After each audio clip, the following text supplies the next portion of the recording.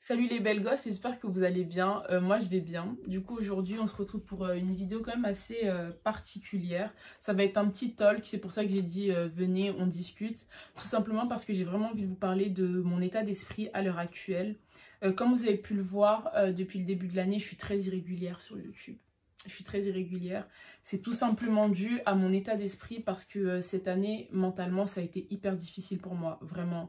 Raison pour laquelle j'ai désactivé Instagram 15 000 fois. J'étais pas du tout régulière sur YouTube. C'est en grande partie dû du coup à mon expérience catastrophique du coup au sein d'une start-up. Voilà, cette expérience-là en fait elle m'a achevée clairement. Parce que dites-vous que là-bas j'ai été sous-payée, on m'a clairement exploitée. Je suis rentrée, je travaillais en dehors de mes heures de travail. Même la fac, ils étaient dépassés par mon cas et ma tutrice universitaire m'a dit que c'est la première fois qu'elle était confrontée à un cas pareil. Dites-vous que la sorcière qui m'a servi de tutrice d'entreprise voulait me virer au bout de 2 jours. Voilà.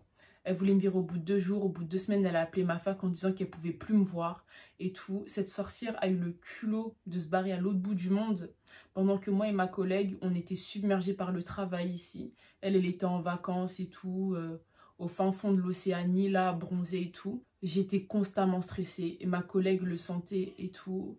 Dans tous les cas, c'est vrai de vous mettre une petite capture d'écran ici. Je lui parlais en fait de mon état d'esprit tout simplement. C'était très très dur mentalement. J'ai même remis mes capacités intellectuelles en question en fait pour vous dire. Parce que je me suis dit, Hélène, soit t'es trop bête ou bien c'est eux qui te prennent pour un dindon. Mais en discutant du coup avec un membre de l'entreprise qui était super gentil avec moi, en discutant aussi avec ma collègue stagiaire et un autre collègue qui est arrivé juste après, je me suis dit en fait Eliane, le problème c'est pas toi, le problème c'est eux, c'est leur fonctionnement. Et si j'ai un conseil à donner à toutes les personnes qui cherchent des stages et tout, que ce soit en communication ou dans n'importe quel autre domaine, fuyez les startups. Fuyez les startups. J'ai même remis ma personne en question et tout. Je me suis dit, mais est-ce que tu es vraiment fait pour faire de la communication? Est-ce que tu es vraiment faite pour être journaliste et tout? Enfin bref, ce stage-là, cette expérience-là, elle a totalement bousillé mon cerveau en fait, clairement. J'avais des problèmes d'insomnie. Je dormais très très peu. 3 à 4 heures par nuit, vraiment. Parce que ces chiens aussi, ce qu'ils faisaient, c'est qu'ils nous envoyaient des messages pendant la nuit, 1 h du matin, 2 h du matin, 3 h du matin. Bref, c'était du n'importe quoi. Et il n'y a pas longtemps, j'ai appris qu'il y avait de nombreux salariés tout qui avaient quitté l'entreprise tout simplement parce qu'ils ne supportaient pas le système de travail, ce qui est tout à fait normal en fait. Moi, je me dis dans la vie, il faut y aller au culot, essayer d'aller postuler dans les grandes boîtes ou je sais pas où. Et tout ce qui est start-up, etc. Si vous voyez ça, franchement, prenez la fuite parce que et je dis pas qu'ils sont tous comme ça, il y en a peut-être qui fonctionnent correctement, mais on va pas se mentir, 98% des startups, c'est des chiens, clairement. Mais en fait, ça, je pense que c'est le genre d'expérience aussi qui nous fait grandir, parce que, purée, dans 1 mois et demi, je vais avoir 21 ans. Et j'essaye aussi de me remettre en question en tant que personne et tout. Je me dis que maintenant, je suis plus une gamine, genre je suis une adulte. Faut que je me prenne en charge et tout. Il faut aussi que j'arrive à me gérer mentalement. Parce que moi, en fait, je suis une personne, je stresse beaucoup. Enfin, c'est même pas que je stresse beaucoup, je pense beaucoup trop. Vraiment, je pense énormément. Et dites-vous que j'avais aussi galéré pour trouver un job étudiant. Ça, j'en avais parlé aussi, je crois, dans mon life update. De mars jusqu'à fin juin. Les gars, j'ai bataillé pour trouver un job étudiant. Je postulais partout. J'ai fait le 94, le 95, le 91, le 92, le 93. Et j'ai fait tous les départements de Paname, les gars. Je trouvais pas de job étudiant. Et du coup, encore une fois, j'étais là et tout. Je me suis dit, mais pourquoi tu galères autant en fait? Eliane, pourquoi est-ce que tu galères autant? Pourquoi pour les autres c'est plus facile et pour toi c'est plus dur? Mais Dieu a mis une personne sur mon chemin qui m'a permis du coup de trouver mon tout premier travail en fait. Du coup au mois de juillet j'étais assistante manager voilà, au sein d'une structure et tout dans le 10e arrondissement donc à Stalingrad. Et c'est trop trop bien. En fait plus le temps, c'est comme plus je grandis, plus je me dis mais la vie en fait elle est vraiment pas facile quoi. Et la pression qui est mise sur nous, les jeunes, surtout les jeunes filles, elle est incroyable. Parce que moi, je suis l'aînée de ma famille et tout ça. Mais c'est pas mal de choses à gérer parce qu'en tant que jeune personne, tu dois être l'exemple. Tu vois, tu dois être l'exemple, tu dois montrer l'exemple à tes frères et sœurs. Tu dois aussi exceller à l'école et tout ça. Et moi, j'ai toujours été une personne, scolairement parlant, j'ai toujours été très dure avec moi-même à ce niveau-là. Parce que j'ai toujours été le genre d'élève qui travaillait et tout ça, qui travaillait très dur, qui faisait des fiches et tout. Mais les résultats que j'avais, en fait, c'était jamais des résultats que j'espérais avoir. Genre, des fois, j'avais des bonnes notes et tout, mais c'était pas l'objectif que je m'étais fixé. Et bah, c'était grave relou, en fait. Même par rapport à ma licence et tout, mon premier semestre, franchement, ça a été... Voilà, quoi. Je l'ai validé, mais de peu et tout. Enfin, ça me saoule parce que je me dis, en fait, je suis capable de faire tellement plus. Je fournis tellement d'efforts, mais... Genre, je sais pas, ça paye pas, on dirait. Alors que... voilà, c'est pas comme si je faisais rien ou quoi. Donc ça aussi, c'est un truc qui me met hors de moi. Mais encore une fois, je suis une personne, j'ai du mal à lâcher. Genre, je suis grave une forceuse. Du coup, tant que j'ai pas atteint mon objectif et tout, bah, je vais continuer à forcer tout simplement. Et je me dis, il faut pas que je lâche en fait. Il faut que je continue à travailler. Et puis c'est en travaillant et tout que on réussit à obtenir le résultat qu'on veut tout simplement. Franchement, nous les jeunes, on a beaucoup de pression. Beaucoup trop de pression, c'est un truc de fou. Ouais, c'est chaud. Par rapport à YouTube aussi, beaucoup de comparaisons. Ça, c'est je fais depuis le début. Parce que ça va faire 2 ans que je suis sur YouTube cette année. Donc, ça passe très vite. Et c'est vrai que je me compare beaucoup aux autres dans le sens où je me dis, il y a des gens, ils ont commencé après moi et tout. Ils ont beaucoup plus d'abonnés. Il y a des gens, ils ont commencé et tout au bout de quelques mois et tout. Tout ça, ils ont eu les 10 000, les trucs comme ça. Et moi, je me dis, en vrai de vrai, dans la vie, chacun avance à son rythme. Il n'y a pas de pression à se mettre ou quoi. Moi, c'est quelque chose ici sur lequel je dois travailler parce que je suis une fille aussi, je me mets énormément de pression.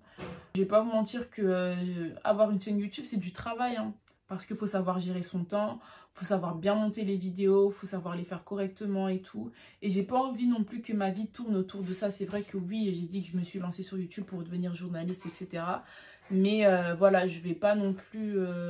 j'ai pas envie que ça soit non plus une obsession dans ma tête, YouTube, YouTube tout le temps. Mais j'estime que quand on est passionné et tout, on doit vraiment se mettre à fond dans ce qu'on fait et tout ça. Et comme je vous l'ai dit, mentalement, ça a été très très dur et tout. Mais là, je me dis que c'est la rentrée. Même si septembre, c'est pas mon mois préféré, je vais pas vous mentir.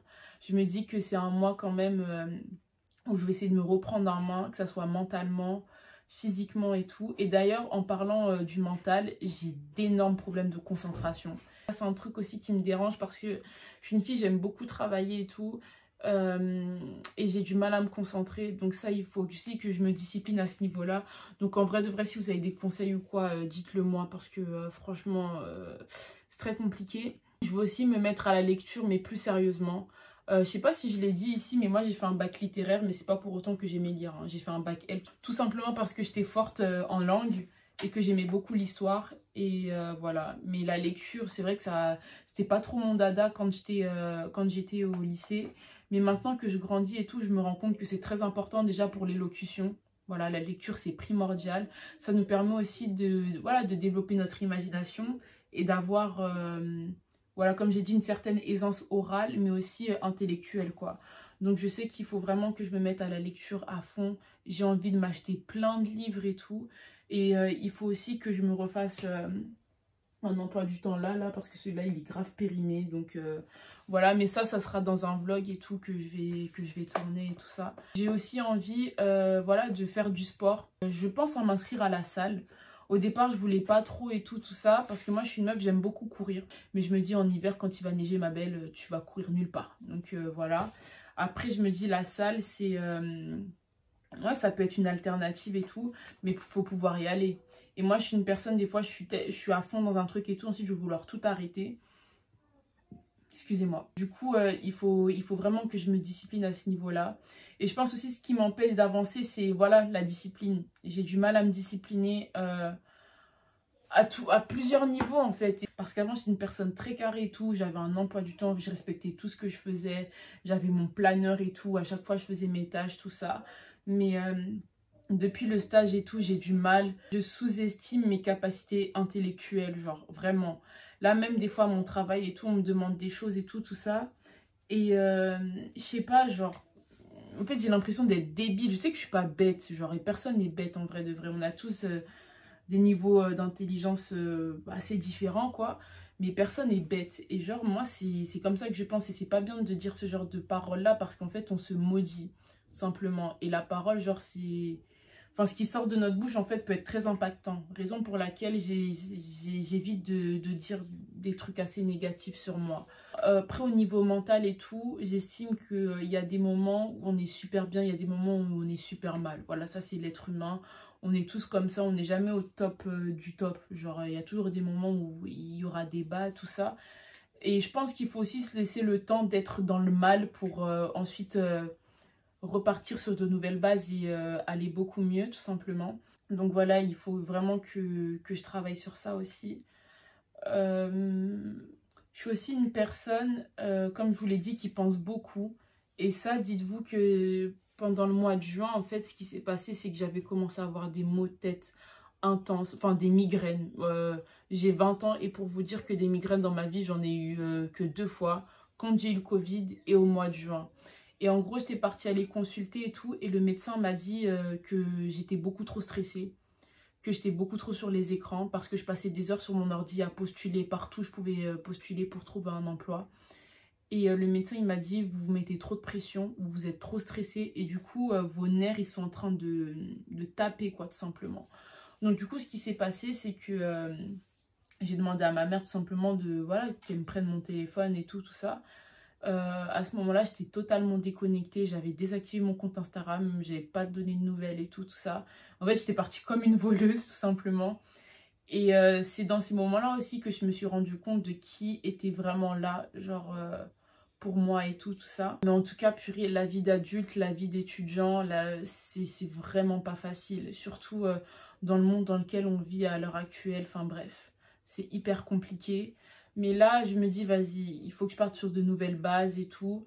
Ce qui est passé, tout simplement, que ce soit par rapport à mon stage, tout ça. En fait, j'ai pas envie de laisser cette expérience me pourrir. Et je parle aussi de ça avec vous, tout simplement, pour vous prévenir et vous conseiller que, les gars, le milieu du travail, c'est vraiment pas des blagues. C'est une vidéo très spontanée que je fais. Dites-vous, là, que je suis assise comme ça, je filme en face cam. Le montage, encore une fois, il va pas être super élaboré et tout. Je vais juste... voilà, me couper certains moments et tout, de blanc, tout ça. J'ai toujours été une fille travailleuse. Ça, je pense que c'est génétique. Ma grand-mère l'était, ma mère l'est. Toutes les femmes de ma famille le sont. Parce que moi, j'ai grandi dans une famille où il y a majoritairement des femmes. Il y a plus de femmes que d'hommes. Et c'est des femmes qui travaillent. Et ça a déteint sur moi en fait. Quand j'arrive quelque part et tout, ou quand je filme mes vidéos, etc., j'ai vraiment envie que les gens puissent voir que je suis passionnée par ce que je fais en fait. J'ai vraiment envie de me donner à fond. Et moi, je suis le genre de personne, c'est tout ou rien. Voilà. Et mes priorités, en vrai de vrai, c'est ma passion tout simplement, c'est-à-dire YouTube. Enfin, mes passions. YouTube, la mode, filmer, etc., partager des choses. J'ai vraiment envie de me focaliser sur ces choses-là en fait. Sur ces choses-là, je veux vraiment me focaliser sur mon bien-être, sur mon évolution en tant que personne, en tant que jeune femme, en tant que jeune adulte. Et je me dis que pour ça en fait, je dois faire des choses qui me plaisent. Il faut aussi que j'arrive à vraiment éviter de trop penser en fait. Mais dans tous les cas, voilà, moi, mes priorités en tout cas, c'est ça à l'heure actuelle. Juste avoir la paix de l'esprit, du cœur. Donc voilà, franchement, soyez votre propre priorité et puis lâchez pas. Lâchez pas, encore une fois, comme je l'ai dit, la vie c'est un combat. C'est un combat et tout. Et puis on se bat pour notre avenir, on se bat pour notre futur, on se bat pour la personne qu'on aspire à être. Et puis voilà, tout simplement, c'est la petite partie un peu motivation. Mais voilà, du coup, je vous fais plein de bisous. Et on se retrouve du coup la semaine prochaine pour une nouvelle vidéo. Donc voilà, salut!